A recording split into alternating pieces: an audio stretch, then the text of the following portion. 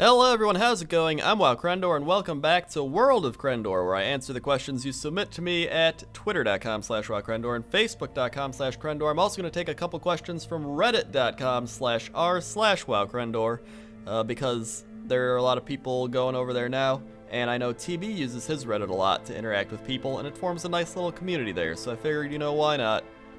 Also, there's reddit.com/r/BloodBowl, which is discussing our current Speedball League, and we've also, we being me and Strippin, we've started our own little fan league in Blood Bowl if you want to join that. It's called Nerd League for Nerds. You can search for it in the Blood Bowl client, and you can apply with a creative team with creative names. We only accept creative teams with creative names, so make your names funny or cool or whatever you want, and we'll let you in, and it's just a big fan league for playing fans, and who knows, you may get matched up against me or Strippin, so yeah. Okay. First question comes from Matthew Burt. He says, what drew you to doing WoW Machinima as a career, and did you go to school for video editing, or are you self-taught? That's something I get quite a bit. I did not go to school for it. I was about 15 or 16 years old, and I started making flash animation type stuff, just like for my friends, like little flash animation thingies. And I was like, oh, this is pretty fun. I enjoy it. And that was my first time actually creating, I guess, like, movie, video, whatever. I didn't actually put them anywhere. I just kind of showed my friends, and they were like, this is pretty cool. And then as I played WoW, I was like, yeah, I can make WoW movies. So I just kind of started frapsing stuff, because I found fraps. I was like, oh, I can make funny videos. Well, I didn't really, think that. I was just kind of like, this looks fun, and I did that. And it's really just a hobby, and I found YouTube, and I wasn't like, I'm gonna make this a career. I was more just like, oh, this is cool. I like watching YouTube videos, and I like a lot of people's YouTube videos that I've subscribed to, and I'm just gonna start making my own videos. Maybe people like them. That was literally it. It just so happens it was like 5 years ago when YouTube wasn't as big as it is now, and it kind of just grew and grew and grew. And really, it's just being self-taught. I mean, when you go to school for stuff, there's a lot of things that are really in-depth, and, like, you take classes on, like, how the tools work or the different programs and whatever. But, I mean, really, if you get a program, like a video editor, and you spend enough time with it, really, it's like you're just teaching yourself. And to me, that was always just the easiest, It's like, I make a video and I'm like, I want to have a zoom in and the camera pan this way. I'm like, well, I don't know how to do that. Am I gonna I'm gonna take a class on camera zooming and panning. I was just like, oh, I'll Google it. Or I'll look up a YouTube video on it. Because literally there's tutorials for anything out there on the internet. So I did that. I'm like, oh, that's how you do it. And then you just do it enough to the point where, like, oh, I get it. And then you learn enough basic stuff that you start branching out, like, oh, if I do this, I can do this, and if I do this, this happens, and then I can do this, and it's just kind of, it's self-taught. I self-taught myself with Photoshop. I'm trying to learn Premiere. Premiere's probably the hardest thing to learn. Not Premiere, After Effects. Premiere's just video editing, whatever. But I use Sony Vegas. I just like the layout. I like the UI more. That's really why I use Vegas. Like, as a program overall, if it had a worse UI, I would not use it. I'm just like, okay. That's how I started doing Machinima. That's really it. It's not that crazy, but I'm still doing it. Next up is Jonathan. You're Danborg. I don't know how to say your name, but I probably said it wrong both times. What's your favorite part of being a YouTuber? My favorite part of being a YouTuber is a couple things. Number one, I can work from home. That was my goal, like, my whole life. I'm like, I don't want to go anywhere for work. I just want to work at home. Accomplish that.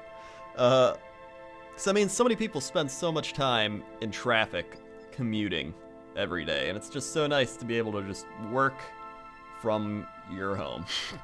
I'm just saying, if I had a different job other than this, it would be focused on a job that lets me work from home, because I like working from home. It's nice. I also like being able to create or do things like make a song. I could write something, but I mean, obviously I make videos, so to create something and have it seen by so many people, I think that's my most favorite part of being a YouTuber, is just the giant fan base. It's not even fan base, just viewership. Just the giant viewership I can get because of how many people are following me. And so, back in the day, I'd make a video and I'd have to promote it everywhere and be like, hey, check it out. I mean, I still kind of do, but not as much, because people kind of do it for you at this point. But it's like, it feels so far away when you're way back then, like, oh, I wish I had 10,000 subscribers, and then you just hit this point where you have so many people following you that it becomes somewhat surreal. Like, I can put up videos and just thousands of people instantly see it. Like, it's mind-boggling. I love it. But I mainly like it because I can put up a video, and it's like, even if it's an average video, say it's like, it's an okay video, a lot of times it'll get like a couple hundred dislikes, and it'll still get a lot of likes, and people are like, it's okay. But to me, I look at that and I'm like, that's like people showing me that I did a subpar job and I need to improve. So like, I look mainly at the dislike bar and see how big it is to determine how well my video's done. Because it's easy to get likes on a video, because all the people following you get likes, and they do help. But to me, the dislike bar, unless it's like some, stupid video or whatever. I mean, like a legit video I put effort, like a lot of effort into. This is not even on par with the question. You get what I'm saying. Those two things. And then just meeting other YouTubers, meeting other successful, smart people. Because all the people at the top of YouTube are successful and they're smart. You may not think it. You may see a lot of these people and be like, wow, they're really stupid. Or how did they get there with being stupid? I mean, there may be a very minuscule amount that are stupid and got there, but really, they're all business savvy, they're all creative, they're all intelligent. From like all the people I've met, like the vast majority of them are self-motivated. It's nice being around a group of creative, successful people, and I think that that clump of answers I just gave all combine into why I love being a YouTuber. Yeah. Next up is Wayne Priddle, and he says, why the name Krendor? I answered this a while back, but I figure it's been long enough that I can answer it again. I picked the name Krendor because my priest was named Krendor in WoW, and I got that name by randomly generating a name like 8 or 9 years ago. And I just kept clicking, and I got the name, like, Crendor, and I just changed the, like, K to a C, and I was like, I'm gonna change O to an R. It's Krendor, because it sounds good. That's it. It's not exciting, but it's a story. And I was gonna be youtube.com/Krendor, but that guy took it, and I had to make WoWcrendor, because I was like, I guess I'm gonna make WoW stuff. And then, like, a few years later, I managed to get it back because he'd not logged in years. So, who makes the name Krendor, like, 8 years ago? I don't get it, but, oh well. I have it now, even though I wish I could switch my... I wish I could just have that name and, like, switch my URL. So it's like, oh, it's youtube.com/Krendor, but people at YouTube don't allow that to happen. So, oh well. I still might change youtube.com/Krendor into something. I can do stuff with it. I don't know what I could do. I just make a video there being like, hello, and welcome to the channel that would have been my channel that's not my channel. Go to my other channel. See ya. Maybe I'll do that. That sounds like a good idea. Next question is from Ollie Malm. I think it's Ollie. How did you start playing WoW? I started playing WoW. Like I said, it was freshman year of high school, so 9 years ago. And my friends were gonna start playing WoW, so I was like, oh, this sounds fun. And I remember he showed me the link to the website. It was around Christmas time. I believe I just got Halo. Like Xbox the first Xbox and Halo. No, Halo 2, that's what it was. The first Xbox and Halo 2 for Christmas, and I was like, oh, this is awesome. And then my friend was like, dude, you should get World of Warcraft. It's my brother's getting it and stuff. And I was like, oh, okay. So I looked it up, and it was like, this is an MMO, and you can be a troll or an orc and stuff, and you can be a cook or a fisherman. And I was like, I'm gonna be a cook, because I didn't know about like primary and secondary professions or all that. I was just like, whoa. And the only other MMO I'd played was like a Diablo type clone called MU Online, which some people still play. I'm sure some of you played it. And that was my first MMO like ever. So this was like my first actual legit MMORPG. That's what I say when I say, that's what I mean when I say MMO. And I remember it was sold out like all over. The game only been out like 2 months. And I went to a GameStop and they had like 2 left and I got it and I was like, yeah, and the guy was like, this game's supposed to be really fun. It just came out and I was like, yeah, I'm gonna play it. And I remember I skipped school the next day, play that game. Well worth it. And technically it was my Billy character that I leveled. And I was like, this is an unbelievable experience. It's really, I hadn't experienced any game like that. And I feel like everyone goes through that one game that like consumes your life. And that was WoW to me. And I just played it nonstop.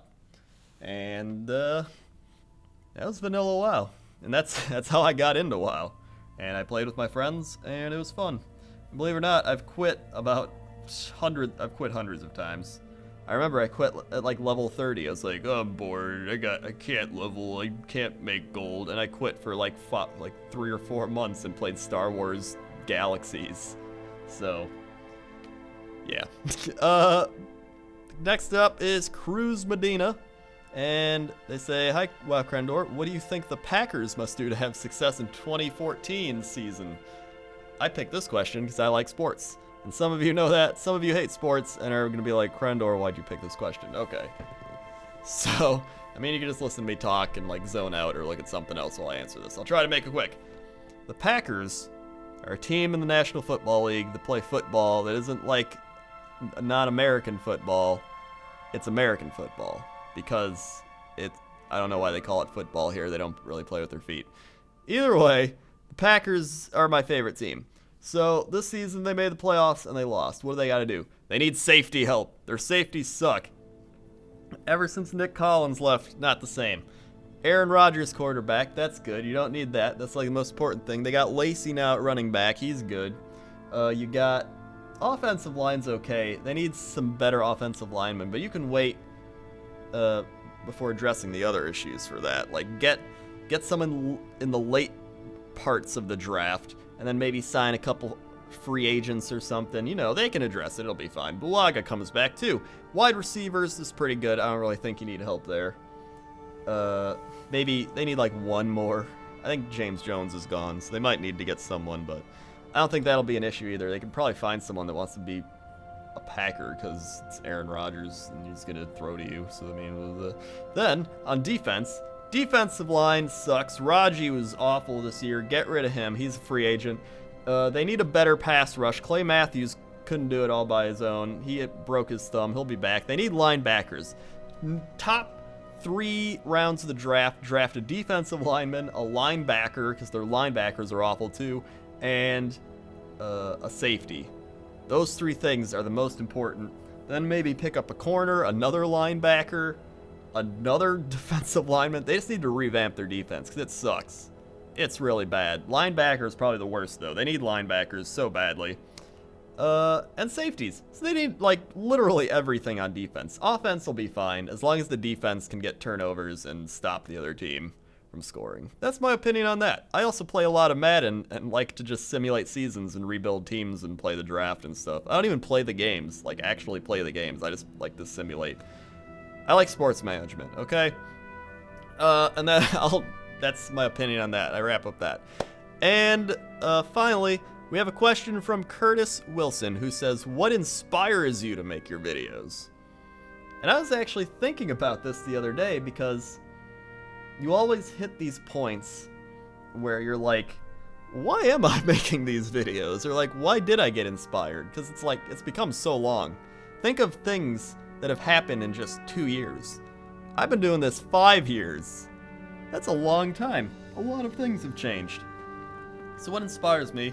First off, World of Warcraft is probably my #1 game of all time because of how long it's lasted, how many people have played it, the experiences it's given to me, the friends I've made from it, the friends I kept from it, because I don't even think I would have talked to a lot of people had I not been playing it with them, and it's given me my career.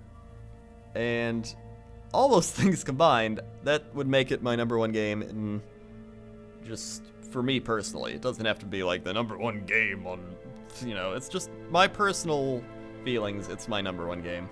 And it's still going, and I still enjoy playing it. You know, a lot of people might be like, oh, you're burned out with it. I played LFR, I did Timeless Isle, did all that stuff. I have an item named after me in the game, which is awesome too. I know a lot of the Blizzard people now, and it's awesome. And I still enjoy playing the game. And now I want Warlords of Draenor, and I'm very excited to play that. So it's just that inspires me to make videos. Really just getting ideas inspires me, because you think about it, a lot of people get ideas. They're like, that would be a really funny video, or that would be a really funny story or song or whatever it is, and then they're like, too bad I don't know how to do it, or too bad I don't have the resources to do it, or if only I had a more powerful computer and time. Well, it's like, I have those things, so it's like, I gotta do it. If I get an idea to make a video, I'm like, I'm gonna make that video. And I think that's what inspires me the most, is getting things in your mind and then bringing them to life. And it's just an awesome feeling when I remember thinking back and being like, oh, I would love to make like a Man vs. Wild parody, and wow, it'd be really funny. And now I've made like 8 or 9 episodes of it. And it's like, back then you envision it in your mind, and then it comes to life, and then people see it, and you're like, whoa, that's so cool. People are seeing what I envisioned from the start. That's probably my #1 inspiration. And then on top of that, just seeing a bunch of other games and being able to get games and play them that I normally wouldn't have. There's a lot of games that I don't think I would have played unless I recorded them, such as Saints Row. Like, I don't even think I would have played Saints Row for fun, because it's like but the fact that I got to play it, both of them, with Jesse, and just have it recorded and have fun doing it, like, it just made it that much better. It's like, oh, this experience, it makes me want to play more games and make more videos about those games and do different stuff. And then, like, I want to do fishing with Krendor now, and I'm inspired to do that because I've always wanted to do an interview show, but I always was worried about it being too much like other people's interview shows, because they're so boring when people do interview shows. They're just, for the most part, they just bring on people, they have their set list of questions. They're like, so what inspired you to come to this interview show? And it's like, you asked them to come on the show. That's what inspired them. They weren't like, oh man. Okay, that was a really bad example.